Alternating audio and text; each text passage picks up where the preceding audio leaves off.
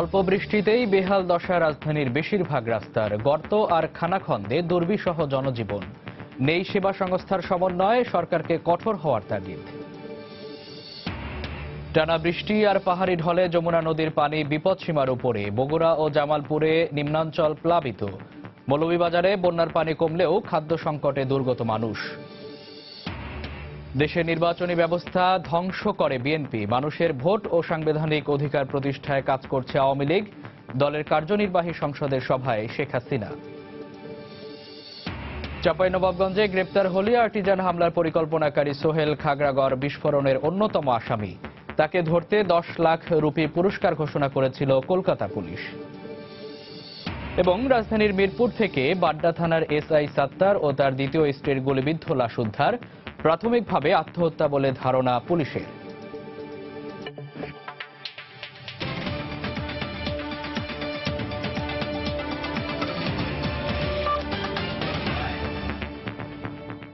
প্রবাসের সময় সঙ্গে আছি আমি মামুন আব্দুল্লাহ।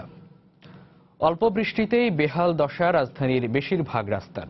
গর্ত আর খানাখন্দে ভরা ভাঙাচোরা পথঘাটে চলাচল করতে গিয়ে দুর্বিষহ হয়ে পড়েছে জনজীবন। বাড়ছে দুর্ঘটনা। প্রতিদিনের এ দুর্ভোগের জন্য নগরবাসী দুষছেন সিটি কর্পোরেশনকে, আর সিটি কর্পোরেশন দায় চাপাচ্ছে অন্য সেবা সংস্থাগুলোর উপর। জনদুর্ভোগ বিবেচনায় রেখে সঠিক ও দীর্ঘস্থায়ী পরিকল্পনা হাতে নেওয়ার পরামর্শ নগর পরিকল্পনাবিদদের। মৌসুমী ময় রিপোর্ট। অল্প বৃষ্টিতেই এমন বেহাল দশা মেগাসিটি ঢাকার। এমনিতে খানাখন্দে জীবন চলা দায়, এর মধ্যে বৃষ্টি হলেই ভর করে আতঙ্ক। এর সঙ্গে রাস্তা খোঁড়াখুড়ি বাড়িয়ে দেয় দুর্ভোগ। সবচেয়ে দুর্ভোগে রয়েছেন বাংলা মোটর, মগবাজার, মৌচাক, মালিবাগ এবং মগবাজার থেকে 7 রাস্তা মোড় পর্যন্ত চলাচলকারী লোকজন। এদিকে জলাবদ্ধতার কারণে মিরপুর 11, 14, পাইকপাড়া সহ পীরের বাগের রাস্তাঘাটে তল খুঁজে পাওয়া কঠিন। এই যে গর্তটা ছিল এখান তো ডিগবেজি, এটা প্রায় মোটামুটি একটা আশপাশের মানুষের জন্য একটা বিনোদনের মতো। ড্রেনেজ ব্যবস্থা মোটামুটি অনেক উঁচু থাকাতে পানি আটকে যাচ্ছে। রাস্তার উপরে 1 হাঁটু বা কোমর সমান পানি হয়, বাসা বাড়িতে পানি ঢুকে যায়। এখানে গাড়ি ঘোড়া নামলেই পড়ে যাবে, এই জন্য আমরা নামে বাধ্য হলাম, নেমে যাবে। কাদা হয়ে যায়, পানি হয়ে যায়, হাঁটতে পারি না। কয়েকদিন আগে দেখলাম যে একটা মোটরসাইকেল সহ একটা মহিলা পড়ে গেছে। উন্নয়ন কাজ হচ্ছে, ঠিক ভালো কথা, উন্নয়ন কাজ এত লেন্দি কেন হচ্ছে? এদিকে কোটি টাকা ব্যয়ে সদ্য মেরামত হওয়া রাস্তা খানাখন্দে পরিণত হওয়ায় প্রশ্ন উঠছে নির্মাণ সামগ্রীর মান এবং সেবা সংস্থাগুলোর মানসিকতা নিয়ে। রাজধানীবাসীর ভাগ্য ফেরাতে 2 সিটি কর্পোরেশন সহ সেবা দানকারী প্রতিষ্ঠানগুলোর সমন্বয়কে জরুরি ভাবছেন নগর পরিকল্পনাবিদরা। আর সিটি কর্পোরেশন বলছে সেবা সংস্থাগুলো যত্নবান হলে কমে আসবে জনদুর্ভোগ। যদি আজকেই সরকার সিদ্ধান্ত নেয় যে একনেক থেকে কঠোরভাবে অনুশাসনের মাধ্যমে সকল প্রকল্পের জনদুর্ভোগকে কিভাবে প্রাধান্য দিয়ে প্রকল্প বাস্তবায়িত হচ্ছে এটি নিশ্চিত না করে প্রকল্পের টাকা ছাড় করা হবে না, আপনি দেখবেন সমস্ত বিষয়গুলো অন্যরকম হয়ে দাঁড়াবে। যে কোনো সেবাদানকারী সংস্থা সে কিন্তু ঠিকাদার দ্বারা করায়, এবং এই ঠিকাদারকে যদি নিয়ম নীতি মতো সে কাজটি করে তাহলে কিন্তু জনভোগান্তি কমে যাবে। ঢাকার 2 সিটি কর্পোরেশনের তথ্য মতে রাজধানী 690 কিলোমিটার সড়কের মধ্যে 300 কিলোমিটারই খানাখন্দে ভরা। মৌসুমী মৌ, সময় সংবাদ, ঢাকা। 1995 সালের মাস্টার প্ল্যানেই তুলে ধরা হয়েছিল বন্দরনগরী চট্টগ্রামের জলাবদ্ধতা থেকে মুক্তির সব ধরনের উপায়। সে সময় মাত্র 89 কোটি টাকা খরচেই পুরো নগর অসহনীয় জলাবদ্ধতা থেকে মুক্তি পেত। কিন্তু রহস্যজনক কারণে গত 18 বছরে চট্টগ্রাম উন্নয়ন কর্তৃপক্ষের প্রণয়ন করা এ মাস্টার প্ল্যান বাস্তবায়ন তো দূরের কথা, গ্রহণই করেনি সিটি কর্পোরেশন। নগর বিশেষজ্ঞদের মতে মাস্টার প্ল্যান বাস্তবায়ন না হওয়া ও সরকারি সংস্থাগুলোর সমন্বয়হীনতার কারণে জলাবদ্ধতা থেকে মুক্তি মিলছে না। বিস্তারিত জানাচ্ছেন কমল দে। চট্টগ্রাম নগরীর জলাবদ্ধতার সমস্যা নিরসনে 1995 সালে ইউএনডিপির আর্থিক সহায়তায় চট্টগ্রাম উন্নয়ন কর্তৃপক্ষ মাস্টার প্ল্যান প্রণয়ন করে। 1999 সালে এটি সরকারি গেজেট আকারে প্রকাশ হয়। কিন্তু 20 বছর মেয়াদী এই মাস্টার প্ল্যানের 18 বছর পেরিয়ে গেল, তার সামান্যতম অংশ বাস্তবায়ন হয়নি। আর এজন্য সিটি কর্পোরেশনকে দোষারোপ করছেন মাস্টার প্ল্যান প্রণয়নকারী সংস্থা সিডিএ। মাস্টার প্ল্যান প্রণয়ন করেছে সিডিএ, কথা সত্যি, কিন্তু সেটা বাস্তবায়নের কথা ছিল সিটি কর্পোরেশন। এই বাস্তবায়ন না হওয়ার কারণে আজকের এই জলাবদ্ধতার সৃষ্টি হয়েছে, অন্য কোনো কারণে না। আমলাতান্ত্রিক জটিলতার কারণে এবং চট্টগ্রাম সিটি কর্পোরেশনের পর্যাপ্ত ক্ষমতা না থাকার কারণে এই কাজটি করা সম্ভব হচ্ছে না। আমলাতান্ত্রিক কারণের মধ্যে একটি হচ্ছে ভূমি অধিগ্রহণের যেখানে প্রয়োজন হয়, ভূমি অধিগ্রহণের সমুদয় অর্থ যদি একসাথে জেলা প্রশাসনে জমা না হয় তাহলে জেলা প্রশাসন ভূমি অধিগ্রহণের উদ্যোগ গ্রহণ করেন না। আবার অর্থ মন্ত্রণালয় সমুদয় টাকা একসাথে দেনও না। মাত্র 89 কোটি টাকা খরচে শুধু চট্টগ্রামের জলবদ্ধতার সমস্যার সমাধান নয়, পুরো নগরীর রূপরেখা ছিল এই মাস্টার প্ল্যানে। অথচ এখন শুধু খাল খননে খরচ পড়ছে 900 কোটি টাকার বেশি। প্রথম 5 বছরে কি কাজটা হবে, পরের 5 বছরে কি কাজটা হবে এবং সেই কাজে কত টাকা লাগতে পারে সেগুলি সব আলাদা আলাদা করে তারা ডিটেলস দিয়েছিল। এলোপাতারি ইচ্ছে মতো কাজটা হচ্ছে। খালের অ্যালাইনমেন্ট ঠিক ছিল, তারপরে সেখানে মানে সেডিমেন্টেশনটা কম ছিল, ময়লা আবর্জনা জমে খাল নষ্ট হয়ে যাওয়ার এই সমস্যাটা ছিল না। এখন এই সব সমস্যাগুলো এখন সমাধান করতে হবে।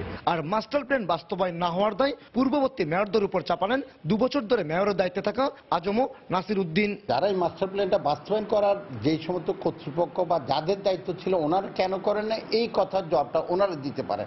আমি ব্যক্তিগতভাবে মনে করি মাস্টার প্ল্যানটা বাস্তবায়ন করা অবশ্যই প্রয়োজন ছিল। 60 বর্গ মাইলের এই নগরীর উন্নয়নে সিডিএ, সিটি কর্পোরেশন, ওয়াসার মতো অন্তত 32টি সরকারি বেসরকারি সংস্থা কাজ করলো, তাদের মধ্যে কোনো রকম সমন্বয় নেই বলে অভিযোগ দীর্ঘদিনের। কমল দে, সময় সংবাদ, চট্টগ্রাম। বিএনপি দেশে নির্বাচনী ব্যবস্থা ধ্বংস করেছিল মন্তব্য করে প্রধানমন্ত্রী শেখ হাসিনা বলেছেন, নির্বাচন স্বচ্ছ করার পাশাপাশি দেশে সাংবিধানিক অধিকার প্রতিষ্ঠায় কাজ করছে আওয়ামী লীগ। শনিবার বিকেলে গণভবনে আওয়ামী লীগের কার্যনির্বাহী কমিটির বৈঠকে এই কথা বলেন তিনি।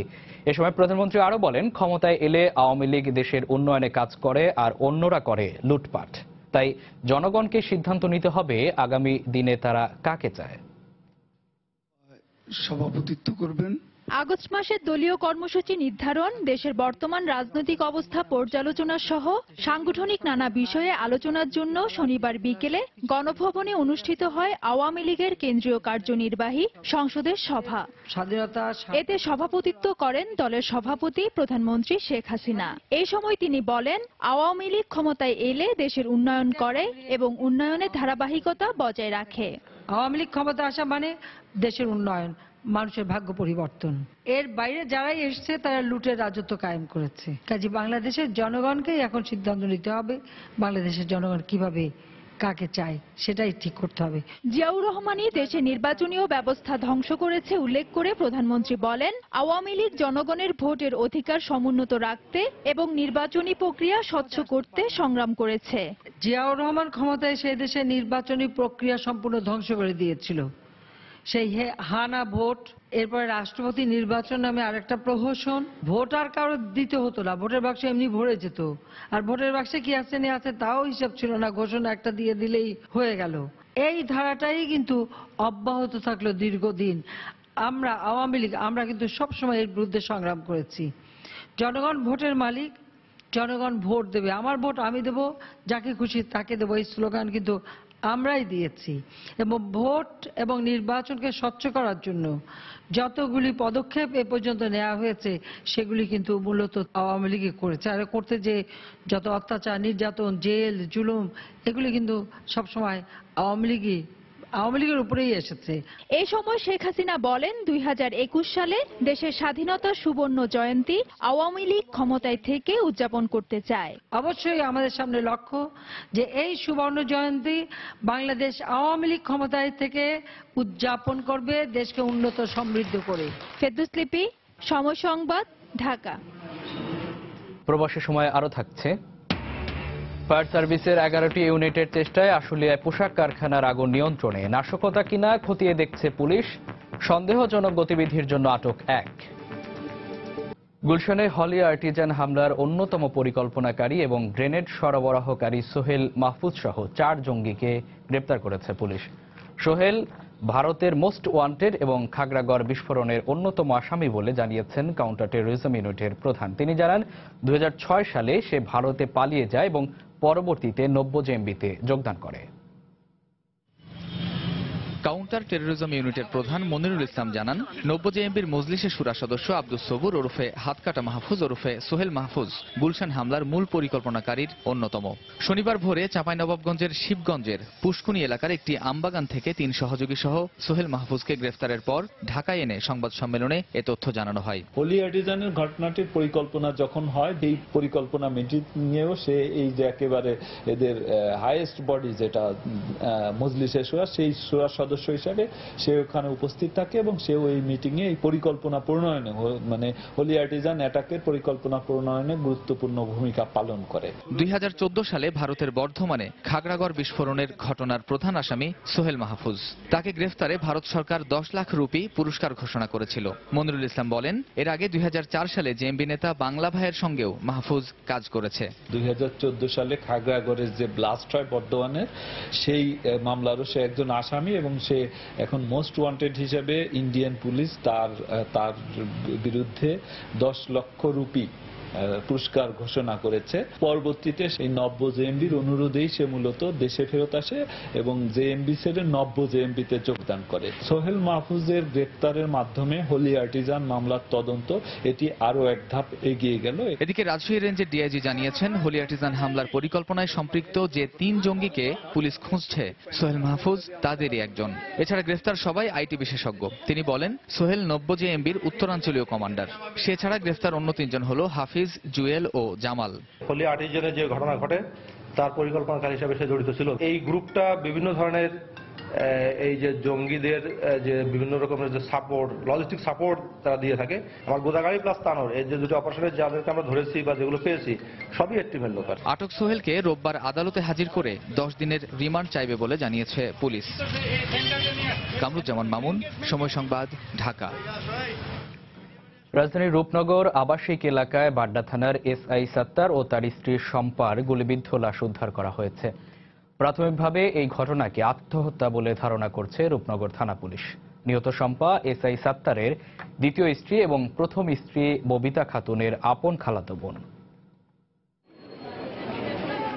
শনিবার বিকেলে পরপর 2টি গুলির শব্দ শুনতে পেয়ে রাজধানীর রূপনগর আবাসিক এলাকার 22 নম্বর সড়কের 32 নম্বর বাড়ির সামনে ভিড় করেন স্থানীয়রা। খবর পেয়ে পুলিশ ভবনটির 6 তলায় গিয়ে বাড্ডা থানার এসআই সাত্তার ও তার স্ত্রী শম্পার গুলিবিদ্ধ দেহ পড়ে থাকতে দেখে। এ সময় দ্রুত তাদের ঢাকা মেডিকেল কলেজ হাসপাতালে নেওয়া হলে কর্তব্যরত চিকিৎসক তাদের মৃত ঘোষণা করেন। আমি তো শুয়েছিলাম, পরে আমার সময় দিই ফার্স্ট শব্দ, পরে বাইরেলাম, বাইরে দেখলাম 2 সাইডে পুরো গাড়ি ভরে গেছে পুলিশে। তারপরে লেগে অ্যাম্বুলেন্স দেখলাম, পরে দিকে আমার দায়িত্ব দেয় না, পরে আবার ধরে গেছে ওয়াইফ আর লেখা শালি এখানে বিবাহ করছে, সেই জন্য দুজনের মধ্যে দ্বন্দ্ব, ঠিক আছে, পারিবারিক দ্বন্দ্ব, এই নিয়ে মনে করে এই কাহিনী মনে করছে।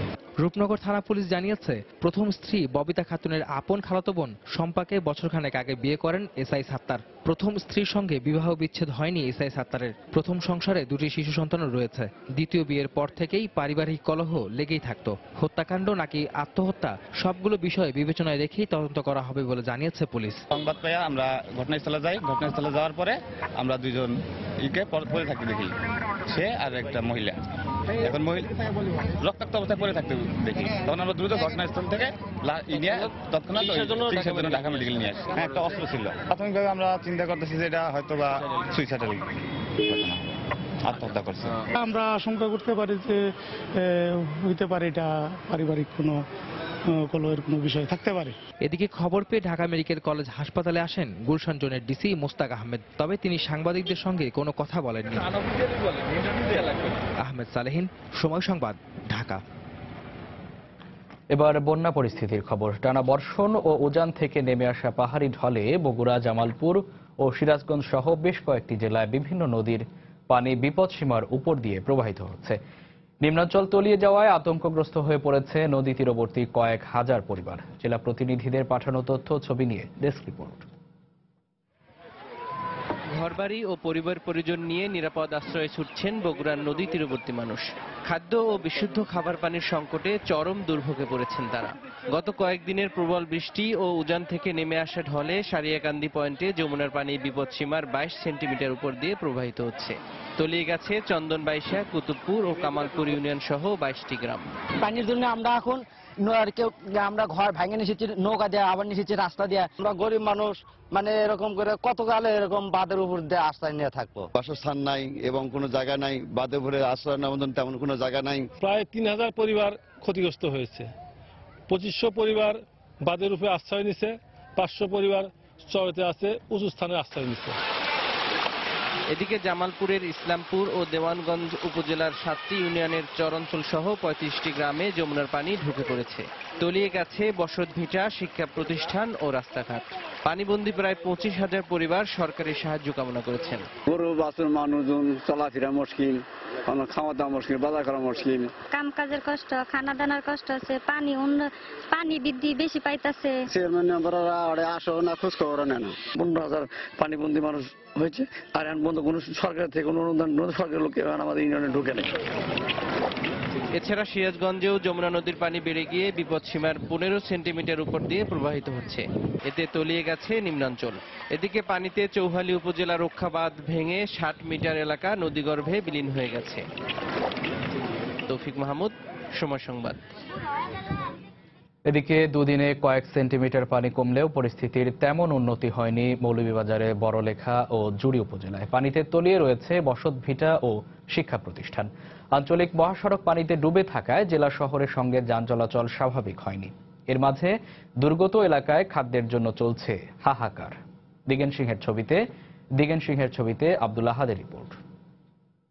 এই বাড়িগুলোতে বসতি ছিল, কিন্তু হঠাৎ করে আসা ঢল সবকিছু তছনছ করে দিয়েছে। হাওরের ঢেউ ভেঙে নিয়েছে ঘরের বেড়া।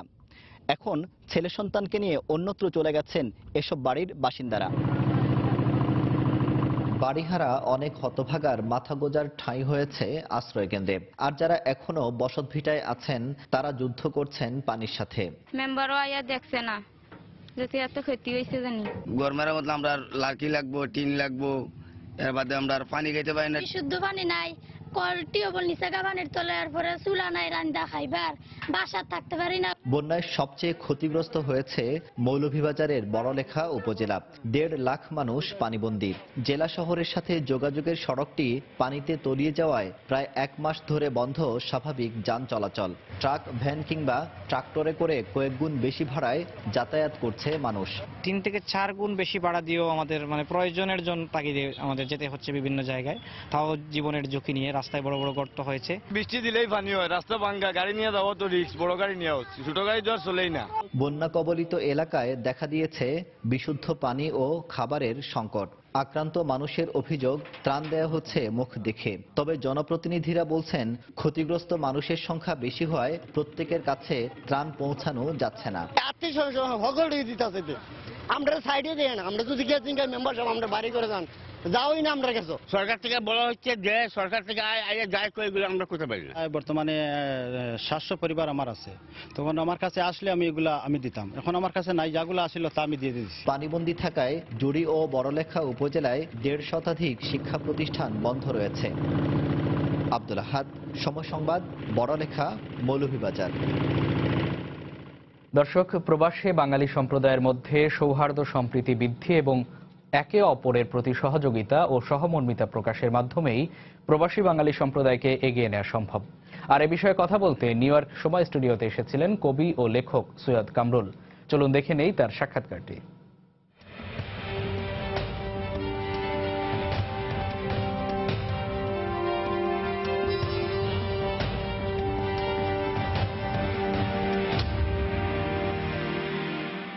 দর্শক, প্রবাসের বাংলাদেশ অনুষ্ঠানের সময় নিউ ইয়র্কের স্টুডিওতে আপনাদেরকে স্বাগত জানাচ্ছি। আমি শিহাবুদ্দিন কিসলু। আজকে আমাদের সাথে আলোচনায় অতিথি হিসেবে রয়েছেন কম্পিউটার সিস্টেম অ্যানালিস্ট, কবি ও লেখক সৈয়দ কামরুল। সৈয়দ কামরুল, আপনাকে স্বাগত আমাদের স্টুডিওতে। ধন্যবাদ আমাকে ডাকবার জন্য। দর্শক, আজকে আমরা আলোচনা করব পাশের মানুষ, কাছের মানুষ। কারণ প্রথমেই বলতে চাই যে এই যে প্রবাস জীবন, এই প্রবাস জীবনটাকে আপনি কিভাবে দেখেন? প্রবাস জীবন দোদুল্যমানতার জীবন, বিশেষ করে নিউ ইয়র্কের জীবন সময়ভোগ জীবন, খুব ব্যস্ত জীবন। সবাইকেই ছুটতে হয় এই ধাবমান জীবনের মধ্যে। তার মধ্যেও আমার এই জীবন ভালো লাগে। অভিবাসী জীবনের যে দোদুল্যমানতা, যে বেদনা, যে উন্মূল অনুভূতি, উদ্বাস্তু অনুভূতি কাজ করে, তার বাইরে অনেক অনেক ভালো একটা জীবন এখানে পাওয়া যায়। বিশেষ করে এখন নিউ ইয়র্কে চারিদিকে বাংলাদেশের মানুষ। এই বাংলাদেশের মানুষের মধ্যে এই জীবন আমার কাছে কোনো হাহাকারের নয়, এই জীবন আমার কাছে মোটামুটি একটা ভালো জীবন। সামগ্রিক যে অভিবাসী সমাজের চিত্র, সেই চিত্রটা কেমন?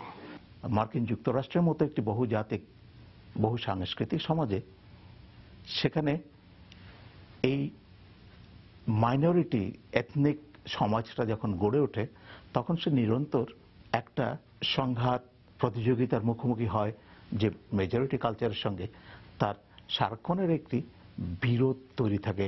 এটাকে অনেকটা বলা যায় যে রিজেকশন ফেনোমেনন।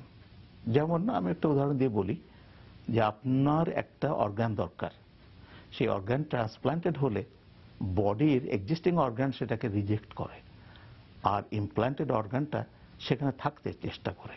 এই রিজেকশন ফেনোমেননটা বহুজাতিক সমাজে, হোস্টল্যান্ডে, এথনিক সমাজের সংঘাতের একটা জায়গা, সেটা তো আছেই। সেটা অতিক্রম করতে হবে। একটি সমাজ গড়ে ওঠার জন্যে যে সুযোগ সম্ভাবনা আছে, সংকট, দ্বিধা, দোদুল্যমানতা তেমনি আছে। এই দ্বন্দ্বের ক্ষেত্রে আমরা বাঙালিরা কতটুকু আমাদের নিজেদের কে সামনে নিয়ে যেতে পারছি? এটা আসলে স্বীকার করতেই হবে যে নিউ ইয়র্কে বাংলাদেশিদের যে অভিবাসী সমাজ, যে এথনিসিটিটা তৈরি হচ্ছে, সেটা বলা যায় প্রায় প্রথম প্রজন্মের। সুতরাং প্রথম প্রজন্ম সবসময় পেভমেন্ট তৈরি করার জন্য এবং পরের প্রজন্ম সেই পথে হেঁটে যাওয়ার জন্য নির্বিঘ্নে। তো অভিবাসী সমাজ পতনের সংকট সম্ভাবনা দুটোই থাকে এবং এই সমাজের কতগুলো এন্টিটি থাকে। যেমন তার শেয়ার্ড কালচার, যেটা ডায়াসপোরিক জীবনের প্রথম লক্ষণ, শর্ত। সেই জায়গাটার জন্য তার একটা কালচারাল ডেভেলপমেন্ট দরকার হয়। ইনিশিয়ালি সে তার নিজস্ব সংস্কৃতি, মূল্যবোধ এবং ঐতিহ্য যেটা সেটা ধারণ করে, সেটা নিয়ে তাকে এগোতে হয় এবং পরে মেইন স্ট্রিম কালচারের মধ্যে অ্যাসিমিলেটেড হতে যতটা সম্ভব এই আত্মীকরণটা খুব জরুরি হয়ে দাঁড়ায়। তো যদি সেই আত্মীকরণটা যদি না হয় তাহলে আইসোলেশন তৈরি হয়। মূলধারার সংস্কৃতির সঙ্গে, সমাজের সঙ্গে যদি আইসোলেশন তৈরি হয় তখন সেখান থেকে একটি বলবো যে অশুভ একটি ইঙ্গিত তৈরি হয়, যেটাকে বলা হয় কাউন্টার কালচার। যেমন আমাদের এই দূরবাসী সমাজে, এথনিসিটিতে আমরা মূলধারায় খুব বেশি যাইনি। যেমন কোরিয়ান বলেন, চাইনিজ বলেন, ভারতীয় বলেন, এরা যে গতিতে এবং যে সংখ্যায় এবং যে গুণগত দিক দিয়ে মূলধারার মধ্যে তারা অ্যাসিমিলেটেড হচ্ছে কিংবা ইনসার্ট করতেছে নিজেদেরকে, সেটা বাংলাদেশিরা আমরা ওভাবে পারিনি। কিন্তু আমাদের চেষ্টা থেমে নেই। এর মাঝখানে যে একটি প্রবণতা আমার চোখে পড়েছে সেটি হলো আমরা ধর্মকে, থিওলজিকে একটি বড় শেয়ার্ড ভ্যালুর কালচারের কাছে নিয়ে যাচ্ছি। এটি ভালো লক্ষণ না। এটি একসময় ইভেনচুয়ালি একটা কাউন্টার কালচার তৈরি করতে পারে এবং কাউন্টার কালচার তৈরি হলে একটি এথনিসিটি মাল্টিকালচারাল সোসাইটির মধ্যে চূড়ান্তভাবে বিচ্ছিন্ন হয়ে যেতে পারে। 95 সাল থেকেই ধরা যায় যে চোখে পড়ার মতো বেশি সংখ্যক বাংলাদেশি এদেশে আসছিলেন, খুব বেশি সংখ্যক। তো তারা কোনো গাইড পায়নি সেই সময়। যারা আর্লি অ্যারাইভিং ক্লাসের বাংলাদেশি এখানে ছিলেন, যারা ক্যাপেবল বাংলাদেশি, তারা খুব আইসোলেটেড এবং তারা এই লেটার অ্যারাইভিং ক্লাসের বাংলাদেশিদেরকে গাইড করেননি, যেটা অন্যান্য দেশের মানুষেরা করে, ভারতীয়রা করে, চাইনিজরা করে, কোরিয়ানরা করে। কিন্তু আমাদের দুর্ভাগ্য, আমাদের বিচ্ছিন্নতা আমাদেরকে পথ প্রদর্শন করেনি, যার ফলে অর্জবের মধ্যে হারিয়েছে একটি বড় জেনারেশন। কিন্তু এখন আইটিতে, ইনফরমেশন টেকনোলজিতে, কর্পোরেট আমেরিকান আইটি ইন্ডাস্ট্রিতে, বড় বড় কোম্পানিতে বেশ ভালো সংখ্যক বাঙালি ছেলেমেয়েরা চাকরি পাচ্ছে। সেটা মেইন স্ট্রিমে যাওয়ার একটা বড় জায়গা এবং স্পেশালাইজড কলেজ, ইউনিভার্সিটি এসব জায়গাতেও বাঙালি ছেলেমেয়েরা যাচ্ছে এবং শিক্ষকও রয়েছে। আমরা প্রায় দেখি যে আমেরিকার বিভিন্ন ইউনিভার্সিটিতে বাংলাদেশি অধ্যাপকেরা অধ্যাপনা করছেন। তার মানে এটি একটি পজিটিভ দিক যে অনেক সংকটের মধ্যে, পশ্চাৎপদতার মধ্যে বাঙালি, বাংলাদেশের ছেলেমেয়েরা এগিয়ে যাচ্ছেন।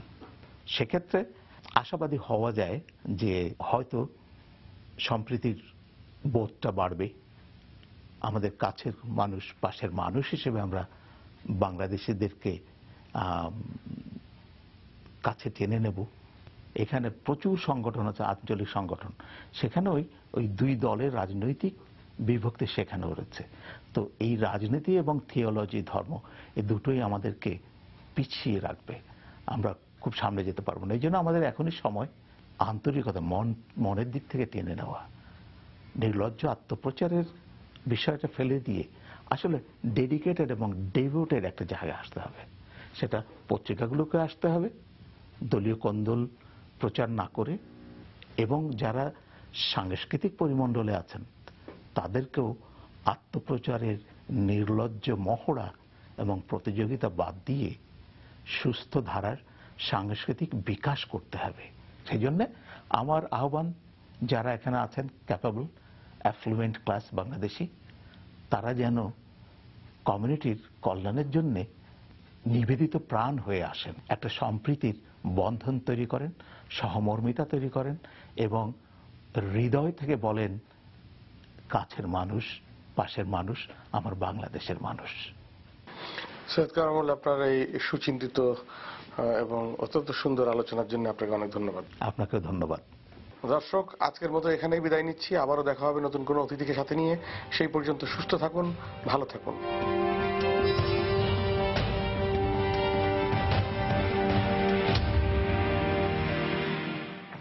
প্রবাসী বাঙালি সম্প্রদায়ের মধ্যে সৌহার্দ্য সম্প্রীতি বৃদ্ধি এবং একে অপরের প্রতি সহযোগিতা ও সহমর্মিতা প্রকাশের মাধ্যমেই প্রবাসী বাঙালি সম্প্রদায়কে এগিয়ে নেওয়া সম্ভব। আর এ বিষয়ে কথা বলতে নিউ ইয়র্ক সময় স্টুডিওতে এসেছিলেন কবি ও লেখক সৈয়দ কামরুল। এতক্ষণ দেখছিলেন তার সাক্ষাৎকারটি। প্রবাসী সময় আরও থাকছে। জমির দাম বেশি দেখিয়ে দেশ থেকে অর্থ পাচার করা হচ্ছে, জানালেন অর্থমন্ত্রী। বাজার মূল্যের সঙ্গে সঙ্গতি রেখে দাম নির্ধারণের পরিকল্পনা।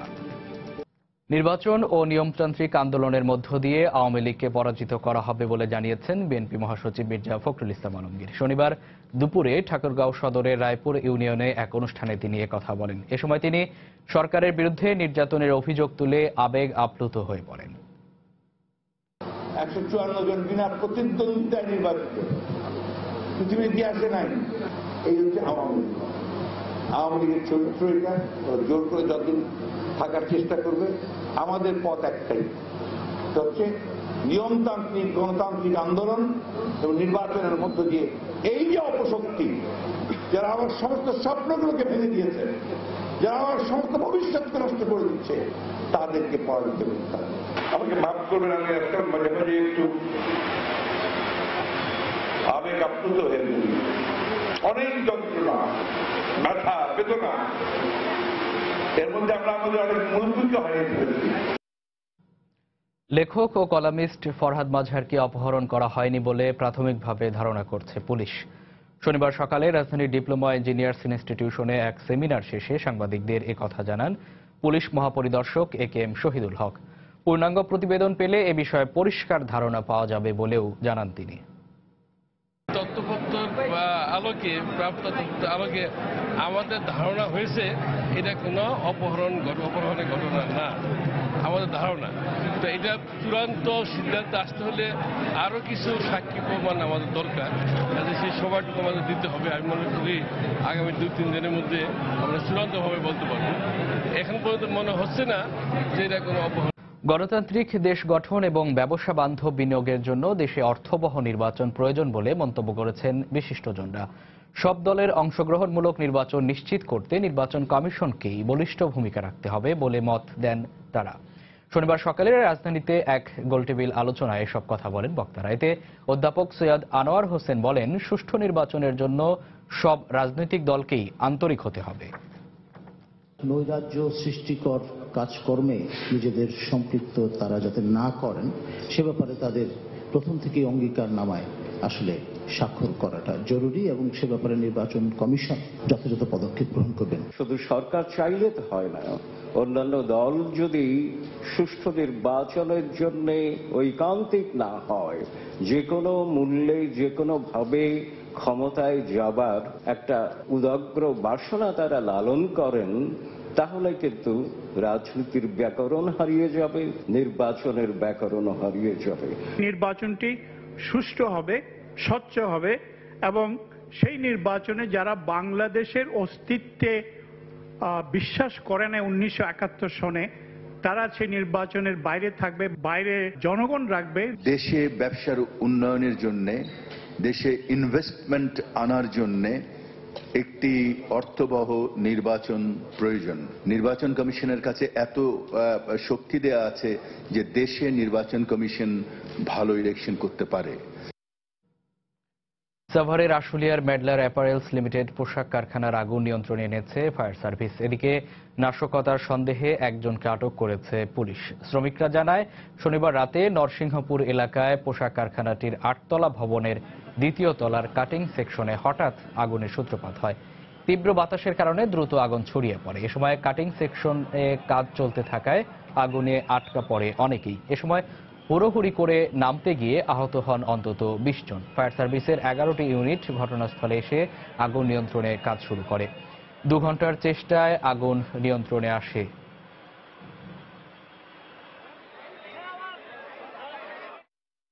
আমরা ইনশাল্লাহ আগুন নিয়ন্ত্রণ আনতে সক্ষম হয়েছি। তবে আমি নিজে একদম টপ ফ্লোর থেকে 4তলা পর্যন্ত আমি নিজে প্রত্যেকটা ফ্লোরে ঘুরে আসছি। এ পর্যন্ত কোনো লোক আটকা নাই। কর্তৃপক্ষের সন্দেহ হয় যে হেলাল নামের ছেলেটি ওনাদের ওয়ার্কার কিনা। তাকে যখন জিজ্ঞাসা করা হয়, সে বলে সে 3 তলায় কাজ করে, কিন্তু পরবর্তী যখন তার কাছে কার্ড চার্জ করা হয়, সে কার্ড দেখাতে ব্যর্থ হয়। সে মাদ্রাসার স্টুডেন্ট। গত পরশুদিন সে নর্থের দিকে এখানে এসেছে। আপাতত জিজ্ঞাসাবাদের জন্য আটক করেছি। আমরা ধারণা করছি সে নাশকতার সাথে জড়িত থাকতে পারে। ময়মনসিংহে 6 বছর শেকলবন্দি থাকার পর জেলা প্রশাসনের নির্দেশে শেকলমুক্ত করা হলো মানসিক প্রতিবন্ধী কিশোরী মানিক জানকে। সময় সংবাদে এ সংক্রান্ত প্রতিবেদন প্রকাশ হওয়ার পর জেলা প্রশাসন এ নির্দেশ দেন। জেলা প্রশাসনের নির্দেশে সদর উপজেলার ইউএনও সেলিম আহমেদ শনিবার বিকেলে তাকে শেকলমুক্ত করেন। পরে তার চিকিৎসার দায়িত্ব নেয়ার পাশাপাশি তার হাতে নগদ টাকা ও প্রতিবন্ধী কার্ড তুলে দেন। রোববার থেকে ময়মনসিংহ মেডিকেলে তার চিকিৎসা শুরু হবে বলে জানিয়েছেন তিনি। মূলত হতদরিদ্র দিনমজুর পিতার অভাব অনটনের সংসারে ছোট্ট জরাজীর্ণ রান্নাঘরে শেকলে বাঁধা পড়ে ওই কিশোরীর স্বপ্ন। অযত্ন, অবহেলা আর চিকিৎসার অভাবে গত প্রায় 6 বছর ধরে শেকলবন্দি হয়ে মানবেতর জীবনযাপন করেন মানিক জান।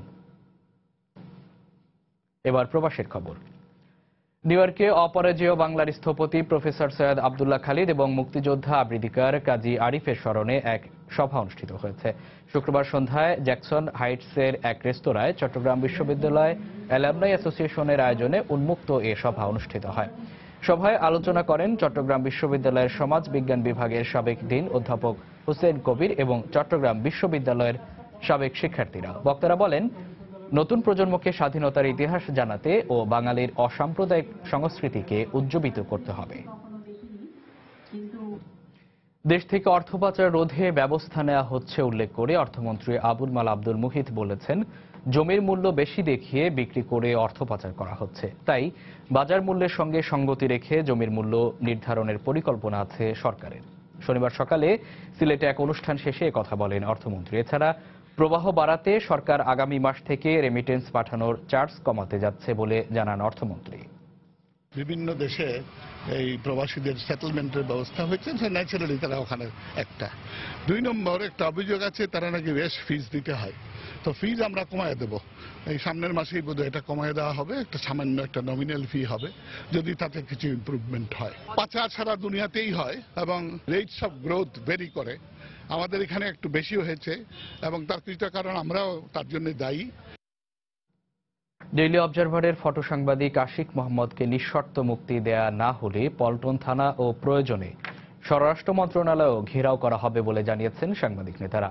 শনিবার সকালে জাতীয় প্রেস ক্লাবের সামনে ফটো সাংবাদিক আয়োজিত এক মানববন্ধনে তারা এই হুঁশিয়ারি দেন। এ সময় ঢাকা সাংবাদিক ইউনিয়নের সভাপতি শাবান মাহমুদ বলেন, আগামী 24 ঘন্টার মধ্যে আশিককে মুক্তি দিতে হবে, তা না হলে প্রয়োজনে কঠোর আন্দোলনে নামবে সাংবাদিকরা। গত 27 জুন রাজধানীর শান্তিনগর এলাকা থেকে মাদক রাখার অভিযোগে ফটো সাংবাদিক আশিককে আটক করে পুলিশ।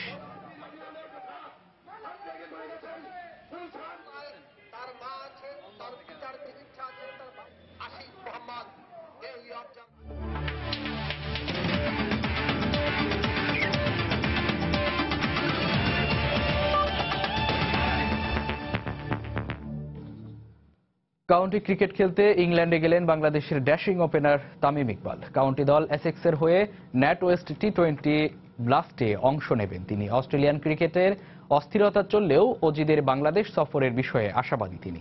পাশাপাশি কদিন আগেই ইংল্যান্ডের মাটিতে চ্যাম্পিয়ন্স ট্রফি খেলে আসায় কাউন্টি ক্রিকেটে সেই অভিজ্ঞতা কাজে লাগাতে চান তামিম। শনিবার ইংল্যান্ডে যাওয়ার আগে বিমানবন্দরে এমনটাই জানিয়েছেন তিনি।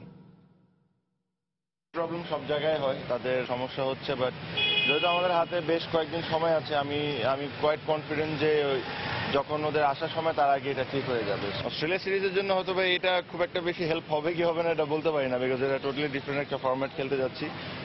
একটা জিনিস ভালো যে আমার কাছে সময় আছে, আর এই টুর্নামেন্টটা খেলে এসেও আমার কাছে অনেকদিন সময় থাকবে টেস্ট ম্যাচের জন্য প্রিপেয়ার হওয়ার জন্য। অস্ট্রেলিয়ার সাথে সিরিজটা আমার কাছে মনে হয় খুবই ইন্টারেস্টিং একটা সিরিজ হবে।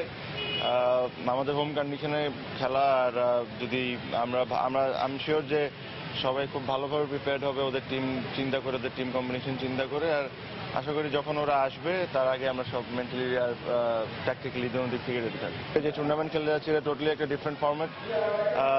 আমার চেষ্টা থাকবে যে আমি যতটুকু আমার বেস্ট দিতে পারি, আর সবচেয়ে বড় কথা হলো একটা ভালো এক্সপিরিয়েন্স হবে। এ পর্যায়ে শীর্ষ সংবাদগুলো জানিয়ে দিচ্ছি আরেকবার। অল্প বৃষ্টিতেই বেহাল দশা রাজধানীর বেশিরভাগ রাস্তার, গর্ত আর খানাখন্দে দুর্বিষহ জনজীবন। নেই সেবা সংস্থাগুলোর সমন্বয়, সরকারকে কঠোর হওয়ার তাগিদ। টানা বৃষ্টি আর পাহাড়ি ঢলে যমুনা নদীর পানি বিপদসীমার উপরে। বগুড়া ও জামালপুরে নিম্নাঞ্চল প্লাবিত। মৌলভীবাজারে বন্যার পানি কমলেও খাদ্য সংকটে দুর্গত মানুষ। দেশের নির্বাচনী ব্যবস্থা ধ্বংস করে বিএনপি। মানুষের ভোট ও সাংবিধানিক অধিকার প্রতিষ্ঠায় কাজ করছে আওয়ামী লীগ। দলের কার্যনির্বাহী সংসদের সভায় শেখ হাসিনা। চাঁপাইনবাবগঞ্জে গ্রেপ্তার হলি আর্টিজান হামলার পরিকল্পনাকারী সোহেল খাগড়াগড় বিস্ফোরণের অন্যতম আসামি। তাকে ধরতে 10 লাখ রুপি পুরস্কার ঘোষণা করেছিল কলকাতা পুলিশ। এবং রাজধানীর মিরপুর থেকে বাড্ডা থানার এসআই সাত্তার ও তার দ্বিতীয় স্ত্রীর গুলিবিদ্ধ লাশ উদ্ধার। প্রাথমিকভাবে আত্মহত্যা বলে ধারণা পুলিশের। এই ছিল প্রবাসের সময়। যে কোনো খবর পেতে ভিজিট করুন সময়.নিউজ.টিভি। যে কোনো বাংলা লিংক ও রবি নম্বর থেকে সময় সংবাদের খবর, অনুষ্ঠান সূচি জানতে এবং যে কোনো তথ্য সময় সংবাদকে জানাতে ডায়াল করুন 16242 নম্বরে। এছাড়া এই মাত্র পাওয়া খবর মোবাইলে পেতে SMS করুন স্টার্ট স্পেস BN লিখে পাঠিয়ে দিন 16242 নম্বরে। সঙ্গে থাকুন সময়।